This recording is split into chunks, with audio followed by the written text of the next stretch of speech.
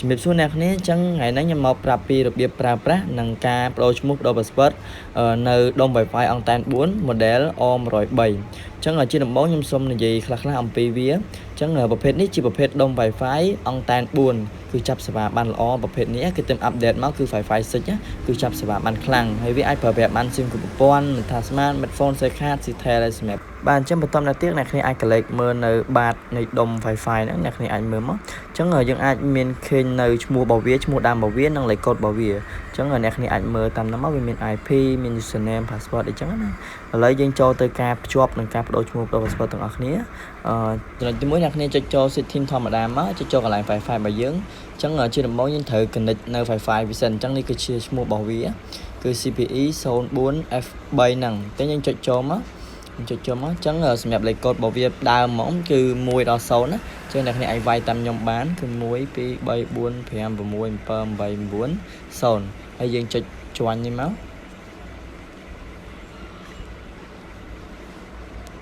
បាទអញ្ចឹងអ្នកគ្នាសូមរងចាំបន្តិចសិនទៅអូខេអញ្ចឹងប៉ុណ្នេះគឺវាបានភ្ជាប់ហើយអញ្ចឹងជំហានបន្ទាប់យើងចូល Google Chrome អញ្ចឹងយើងអាចចូលមកអញ្ចឹងយើងវាយ IP របស់វាដូចខ្ញុំនិយាយខាងនេះអញ្ចឹងខាងមុខអញ្ចឹងណាហើយយើងវាយ IP របស់វាមកយើងអាចមើលផ្នែកខាងក្រោមរបស់វាមកគឺ192អញ្ចឹងអ្នកគ្នាអាចវាយតាមខ្ញុំបានណាអញ្ចឹង192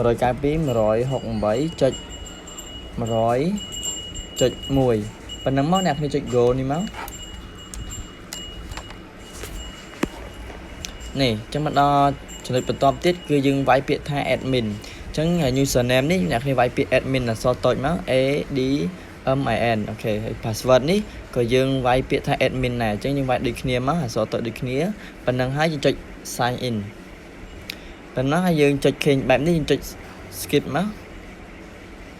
អូខេអញ្ចឹងមកដល់ចំណុចនេះអ្នកគ្នា zoom វាចេញតិចមកអញ្ចឹងយើងជ្រើសរើសយកពាក្យ wireless អូខេអញ្ចឹងមកដល់ចំណុចនេះហើយអញ្ចឹងអ្នកគ្នាចុចយកពាក្យ wireless cyber setting អូខេអញ្ចឹងមកដល់ចំណុចបន្តទៀតនេះអញ្ចឹងអ្នកគ្នាអាចមើលបានណានេះគឺ network name នេះ SSID នេះគឺកន្លែងឈ្មោះរបស់វាហើយសម្រាប់បន្តទៀតគឺ password របស់វាអញ្ចឹងអ្នកគ្នាអាចផ្លាស់ប្ដូរកន្លែងហ្នឹងបានអញ្ចឹងសម្រាប់ឈ្មោះអ្នកគ្នាអាចដាក់អីដែលអ្នកគ្នាចង់បានដាក់មកអញ្ចឹងខ្ញុំដាក់pro អូខេហើយសម្រាប់ password នេះវាកំណត់8ខ្ទង់អញ្ចឹងអ្នកគ្នាអាចដាក់មក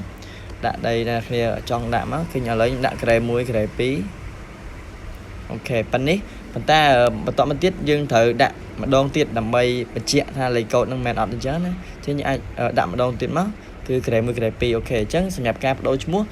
យើងបានពេញប៉ុណ្ណឹងរួចរាល់ហើយអ្នកគ្នារកពាក្យថា cell ចឹងអ្នកគ្នាអាចមើលខាងនេះដៃមកនេះខ្ញុំ zoom ហ្នឹងគឺ cell នេះអូខេអញ្ចឹងអ្នកគ្នាសូមរងចាំបន្តិចទៅវានឹងបដូរឈ្មោះបដូរ password ឲ្យយើងណាអូខេអញ្ចឹងយើងបានដាច់ទេយើងអាចមើលកន្លែង Wi-Fi បានគឺវាបានដាច់ទេអញ្ចឹងមានថាវាទៅបដូរឈ្មោះបដូរ password ឲ្យយើងណាអញ្ចឹងយើងចុចចូលកន្លែងបាទអញ្ចឹងអ្នកគ្នាសូមរងចាំបន្តិចទៅបាទអញ្ចឹងគឺបានចេញហើយយើងបានផ្លាស់ប្ដូរឈ្មោះរួចរាល់ហើយនេះគឺ Prada ដែលខ្ញុំបានផ្លាស់ប្ដូរឈ្មោះមិញនេះអញ្ចឹងយើងចុចចូលទៅវាទាំងអស់គ្នាមកអញ្ចឹងសម្រាប់ password ខ្ញុំគឺ grade 1 grade 2អញ្ចឹងអ្នកគ្នាដាក់អីអ្នកគ្នាអាច